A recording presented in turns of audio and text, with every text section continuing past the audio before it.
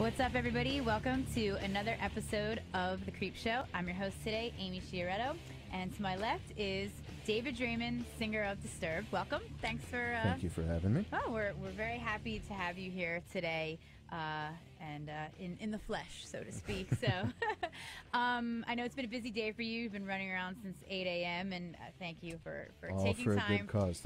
Thanks to you guys for sticking it out for me. I appreciate that. We are hopefully feeling that you are saving the best for last. Absolutely. So Disturbed has a lot going on right now that I want to talk to you about. Obviously, the Uproar tour, Asylum is coming out. We're pretty much, you're probably in full promotional mode for your new album here. And then some. Yeah. So, where's your head at right now? When is Asylum? What is the exact release date for Asylum? August 31st. August 31st. So you're almost a little over a month out. How's everything going so far? How you feeling about the album, about getting ready to tour? Feeling great. Really feeling great. This record is, in our opinion, a defining moment for us. I think that it really shows a great amount of maturation and growth within the band. The songs have a heightened level of complexity, and there's a strength of songwriting on this record that is nearly unmatched by our previous records. Our first single went to #1 at Active Rock in 4 weeks' time. That's our fastest climbing single. Right, and I would expect that at this point, though, because you're such a staple of the format, Really? I don't expect anything. Right. Well, that's very humble of you, right? But I would expect it just on the outside, seeing that Disturbed is such an accepted band at the format, and your songs, manage to, be radio friendly without sacrificing some of the heft that you would expect. So cannot sacrifice heft. Right? No, you need it. You need it. You got to have the girth. You know what I mean? What's left if you don't have that? True that. True that. So 4 weeks to #1. Wow. 4 weeks to #1. It's still holding. We released Asylum, the title track, online, and that's being met with a lot of enthusiasm and a lot of excitement. It's been a really great setup period for this record. People have been taking a real shine to it, and we're really, really proud of the reactions we've gotten thus far. We hope that the fans will end up being as enthusiastic as we are about it. Well, they've been with you guys for 10 years. I'd spoken to you previously about how, it's been 10 years since The Sickness, and, that was when Disturbed kind of just, blew up, did Ozfest. There was a lot of singles. You guys toured. I think I had seen Disturbed at every single New York venue, from the Bowery Ballroom to CBGB's to the Roseland, and it was just constant, the way that the band was built. And I remember when you used to first come out, it kind of reminded me a little bit of like Suicidal Tendencies, when you would come out with like a straitjacket, which was the very, the very beginning of seeing the band, and you guys kind of just blew up and had such great success. 10 years later, where's your head at in terms of Disturbed's career? It's like you're on your, 10 years since your debut. You guys have had continued success, which a lot of bands, they hit that plateau and then they don't keep going. You guys don't seem like you've hit that. You guys keep having these measures of success. I mean, where's your head at with that kind of, that kind of reaction from fans? I definitely feel that there is still so much left to do.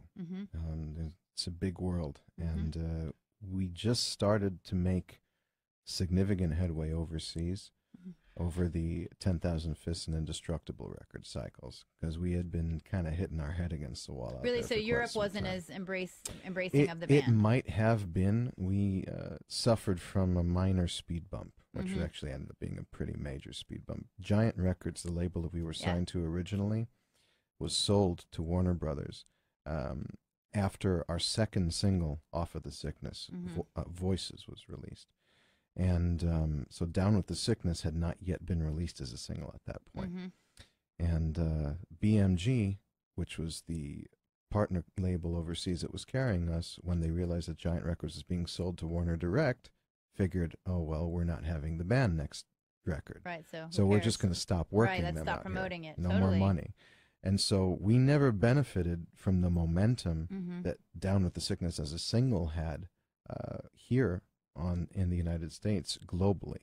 Globally, it was an underground rock club hit, but never really saw the kind of fanfare that it got over here. And we had been really playing catch up ever since, because any band, whether it was Slipknot or any other number of bands that you can point an example to, had their foundations throughout the globe Right. with their first record. Sure. We had our foundations only really in the United States. Yes. And had to build what we built over numerous tours, time and time again, just really trying to prove ourselves through our live show. And so it had to be built very naturally and organically. We didn't have the press on our side, certainly not on that side of the pond. Oh yeah, and the press over there is, you know, that you live and die by that. You know, radio, you know, hard rock music is not driven by radio; it's totally driven by the press over there. Completely. And you know, if you're not, you know, I think they're probably gonna like, you know, I think a band, you know, like Slipknot or even a band like Cradle of Filth, probably quicker than they're gonna gravitate towards Disturbed. You know, it's totally different. You know, metal over there is not a white trash form of music. It's very much like, you know, like it's like the genre of choice. You know, and in many ways, and in many places, and I love that. Right, right. Yeah, me too. Thank God for it. So you were saying, so you're just starting to achieve like a measure of success there, and you know, here you're still building on it. And what do you think about Asylum? What is new or different for you guys? Have you done anything, or are you? We definitely have branched out to doing some instrumental stuff on the record. The intro track on the record, which is meant to be played with Asylum, the title track in its entirety, is called Remnants. And we ID'd it separately because we thought potentially that Asylum might end up getting picked up by radio, whether we intend to have them do it or not. And it's a 7.5 minute long song if played in its entirety with the intro. And the intro really lays this really wonderful